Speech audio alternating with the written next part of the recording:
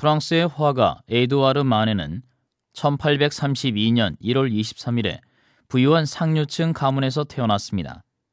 법조인의 길을 권하던 아버지의 바람과는 달리 마네는 화가가 되고자 했으며 마네의 재능을 알아본 외삼촌 덕분에 본격적인 미술 공부를 시작할 수 있었습니다.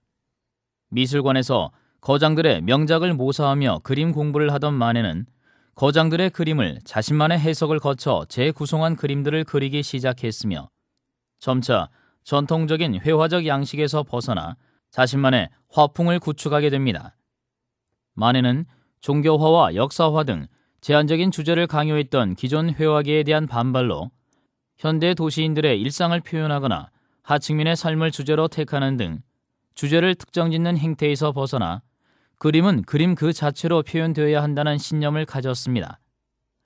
이러한 마네의 시도는 기존 미술계로부터 저속하고 예술성이 결여됐다는 혹평을 듣게 했지만 마네와 동시대의 화가들의 노력으로 주제의 다양성은 점차 보편적으로 받아들여지게 되었습니다. 마네가 대중들로부터 혹독한 비난을 받으면서도 젊은 화가들에게 영웅처럼 받아들여진 가장 큰 이유는 주제를 표현하는 방식, 즉 회화적인 기법 때문이었습니다. 엄숙함을 강조했던 기존 미술계는 짙고 어두운 색조를 주로 사용했으며 인물들은 이상적인 모습으로 그려져 현실과는 거리가 있었습니다. 또한 작품이 매끄럽게 보이기 위해 그림에 유약을 바르기도 했으며 세부를 세밀하게 묘사하고 자연스럽게 보이도록 여러 색을 덧칠해가며 명암을 표현했습니다.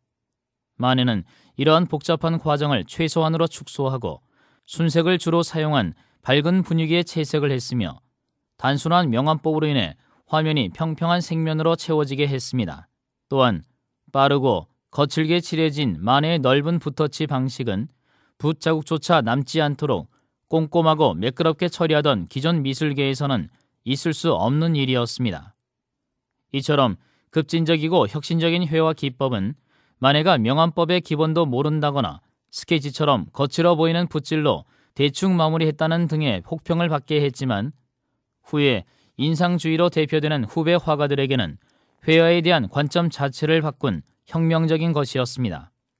마네의 그림은 모네, 누누아르, 세잔, 시슬리, 팡탱 라투르, 피사로와 같이 훗날 미술사에 이름을 남긴 쟁쟁한 화가들에게 큰 영향을 끼쳤으며 살롱전으로 대표되는 기존 미술계에 받아들여지지 않는 것에 분노한 이 화가들의 집단은 독자적인 전시회를 기획하게 되고 첫 번째 전시회에 출품된 클로르 모네의 인상 해돋이라는 작품으로 인해 이들은 인상파라는 명칭을 얻게 됩니다.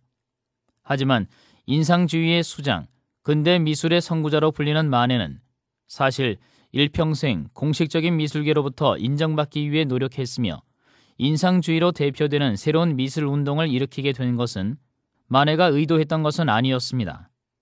마네는 많은 사람들이 동참을 권했지만 한 번도 인상주의 전시회에 참여하지 않았으며 살롱전의 벽을 지치지 않고 두드려 결국 살롱전을 통한 성공을 거두게 됩니다.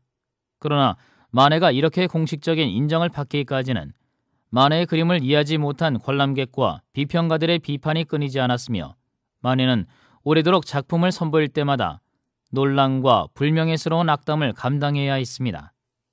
1882년 매독으로 인해 보행성 운동 실조증을 겪게 된 마네는 건강이 악화되어 걸을 수조차 없게 되지만 병마와 싸우면서도 작품 활동을 계속했습니다. 결국 왼쪽 다리를 절단한 마네는 병세를 이기지 못하고 1883년 4월 30일에 51세의 나이로 사망하고 마는데 언제나 냉소적이었던 마네의 친구 드가는 묘지를 떠나며 마네는 우리가 생각한 것보다 위대한 사람이었다라는 말을 남겼다고 합니다. 30여 년간의 화가 인생 중 대부분을 공식적으로 인정받지 못했지만 자신의 확고한 예술적 신념을 위해 외길을 고집했던 화가 에두아르 마네, 그의 작품 세계로 여러분을 초대합니다.